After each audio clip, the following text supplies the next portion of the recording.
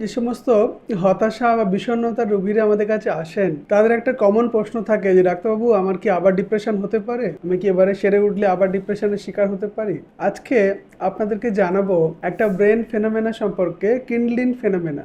কথাটা এসেছে আগুন জ্বালানো থেকে। যেমন আপনি কোনো জায়গায় যদি আগুন জ্বালাতে চান, ইনিশিয়ালি আপনার 8-10টা কাঠ একসাথে নিতে হয়, নিয়ে আপনি আগুন জ্বালালেন। তারপর সেই আগুনটা যদি মেনটেন করতে হয়, দেখা যায় খুব ছোট ছোট কাঠ ওর সাথে যোগ করলেই সেম পরিমাণে আগুন আমরা পাই। ঠিক তেমনই আমাদের মস্তিষ্কের একটা ধর্ম হলো যে মস্তিষ্কে যদি স্টিমুলাস, প্রথমবার যে পরিমাণ স্টিমুলাস দ্বারা আমাদের মস্তিষ্ক এফেক্টেড হয়, পরে দেখা যায় যদি ডিপ্রেশন বা হতাশার যারা শিকার, তাদের ক্ষেত্রে দেখা যায় যারা ট্রিটমেন্ট কমপ্লিট করেন না, তাদের ক্ষেত্রে দ্বিতীয়বার বা তৃতীয়বার যখন তারা আবার ডিপ্রেশনের শিকার হন, তখন দেখা যায় খুব অল্প স্টিমুলাসে সেম সিভিয়ার সিমটমস হয়। দ্বিতীয়বার তিনি আবার সেই খুব বড় হতাশার সমস্যার শিকার হতে গেলে দেখা যায় খুব অল্প স্টিমুলাসে, খুব অল্প ঘটনাতেই তিনি ডিপ্রেশনের শিকার হন।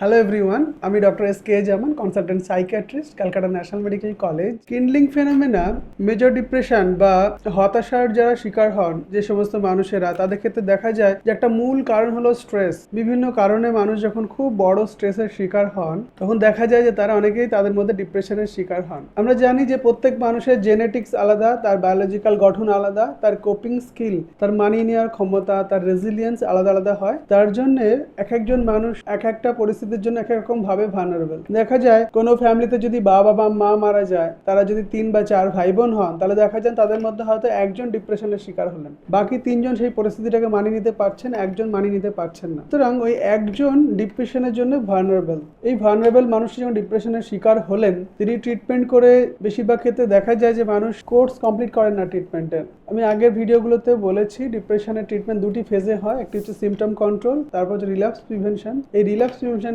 ফেজে দেখা যায় বেশিরভাগ মানুষ সিমটম কন্ট্রোল হয়ে যাওয়ার পরে ট্রিটমেন্ট ছেড়ে দেন এবং তারা ট্রিটমেন্টে আসেন না। তারা আবার পরবর্তী সময়ে আবার ডিপ্রেশনের শিকার হন, তাকে রেকারেন্ট ডিপ্রেশন বলে। এক্ষেত্রে দেখা যায় যে কিন্ডলিং ফেনোমেনার যে ফেনোমেনোলজি, যে প্রথম মানুষটি যে কারণে ডিপ্রেশনে পড়েছিল এবং যতটা তার সিভিয়ার সিমটমস হয়েছিল, দ্বিতীয়বার দেখা যায় খুব অল্প স্ট্রেসেই বা অল্প খারাপ পরিস্থিতিতেই দেখা যায় যে সেম ডিপ্রেশনের শিকার হন বা সেম সিমটম সিভিয়ারিটি তার মধ্যে তৈরি হয়। ওই যে আপনাদেরকে বললাম যে আগুন দিয়ে কাঠ জ্বালানোর মতো, পরে যখন আগুন দরকার হয় আমরা অল্প অল্প কাঠ দিয়ে আগুনটাকে মেনটেন করি। ঠিক তেমনই ডিপ্রেশনের ক্ষেত্রে দেখা যায় যে প্রথমবার ডিপ্রেশন আসতে অনেক বেশি স্ট্রেস বা অনেক বেশি খারাপ পরিস্থিতি লাগে ডিপ্রেশনটা তৈরি হওয়ার জন্য, কিন্তু পরের বার দেখা যায় তিনি যদি ট্রিটমেন্ট কমপ্লিট না করেন বা ট্রিটমেন্ট কমপ্লিট করা সত্ত্বেও অনেকের ক্ষেত্রে দেখা যায় যে তিনি আবার ডিপ্রেশনের শিকার হচ্ছেন এবং সেক্ষেত্রে খুব অল্প স্টিমুলাসের দ্বারাই হয়ে যাচ্ছেন।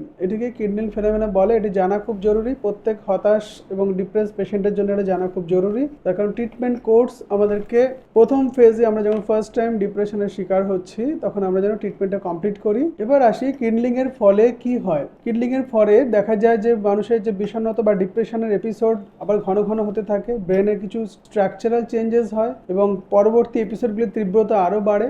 সুতরাং প্রপার ট্রিটমেন্টে থাকা খুব জরুরি। এবার আসি কিডলিং এর কারণ কি, কেন কিডলিং ফেনোমেনা হয়। আমাদের ব্রেনের অ্যামিগডালা, হিপোক্যাম্পাস এবং ফ্রন্টাল কর্টেক্সের যে নিউরনগুলো থাকে, সেই নিউরনাল হাইপার অ্যাক্টিভিটি এবং হাইপার এক্সাইটেবিলিটি হয় এবং স্ট্রেস হরমোন বা কর্টিজল বারবার নিঃসরণ হয়, বারবার পালসেটাইলভাবে নিঃসরণ হওয়ার জন্য এই কিডলিং ফেনোমেনা হয়। এবং আমাদের ব্রেনের মধ্যে যে নিউরো ট্রান্সমিটারগুলো থাকে, সেরোটোনিন, ডোপামিন, নরএপিনেফ্রিন, এই লেভেলগুলো আস্তে আস্তে বাড়তে থাকে, তার ফলে কিডলিং ফেনোমেনা হয়। তাহলে আমরা কিডলিং ফেনোমেনাকে কিভাবে প্রতিরোধ করতে পারি?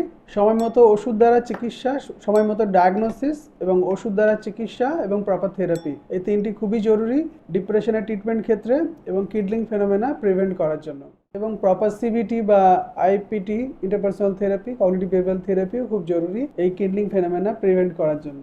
কিডলিং ফেনোমেনা মূলত একটা নিউরোলজিক্যাল ধারণা, যেখানে বারবার অল্প মাত্রায় উত্তেজনা ব্রেনে বড় বড় প্রতিক্রিয়া তৈরি করে। এবং সেটা ডিপ্রেশনের ক্ষেত্রে একই, বারবার ক্রমে দেখা যায় ছোট ট্রিগারেই বড় বড় রিল্যাপস হয়, অনেক বড় সিমটম নিয়ে ডিপ্রেশন আবার ফিরে আসে। সেক্ষেত্রে আমরা রুগীদের ক্ষেত্রে অনেকবারই শুনতে পাই যে ডাক্তারবাবু আমার বাবা মারা গেছিল, তারপর আমি ডিপ্রেশনের শিকার হয়েছিলাম, কিন্তু এখন একটা ছোট কারণে অফিসের কলিগদের সঙ্গে ঝামেলা হওয়াতেই আমি অনেক বেশি ডিপ্রেস হয়ে পড়ছি, এত কেন আমার মনের জোর কমে যাচ্ছে। এটা খুব কমনলি আমরা রোগীদের থেকে শুনতে পাই। আমরা যেন ডাক্তারবাবুর কথা অনুযায়ী চলি এবং থেরাপিস্টের কথা অনুযায়ী চলি।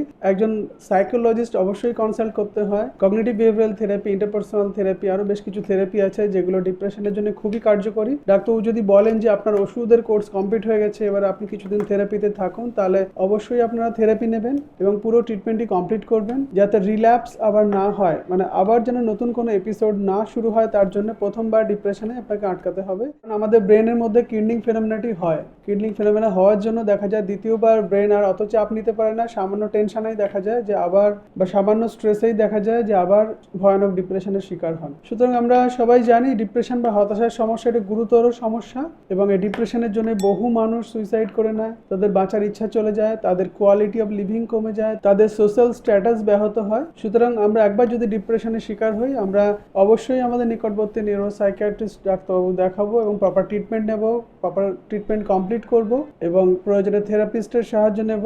আশা করছি এই ভিডিওর মাধ্যমে আমি বেশ কিছু ইনফরমেশন দিয়ে আপনাদেরকে হেল্প করতে পেরেছি। আপনারা সবাই ভালো থাকুন। আমার ভিডিওটি আপনারা বেশি বেশি করে শেয়ার করুন, যাতে মানসিক রোগ সম্পর্কে মানুষ বেশি বেশি করে জানতে পারে, শিখতে পারে। ভিডিওটি ভালো লাগলে লাইক করুন, আমার চ্যানেল মনে কথাকে সাবস্ক্রাইব করুন। Thank you so much.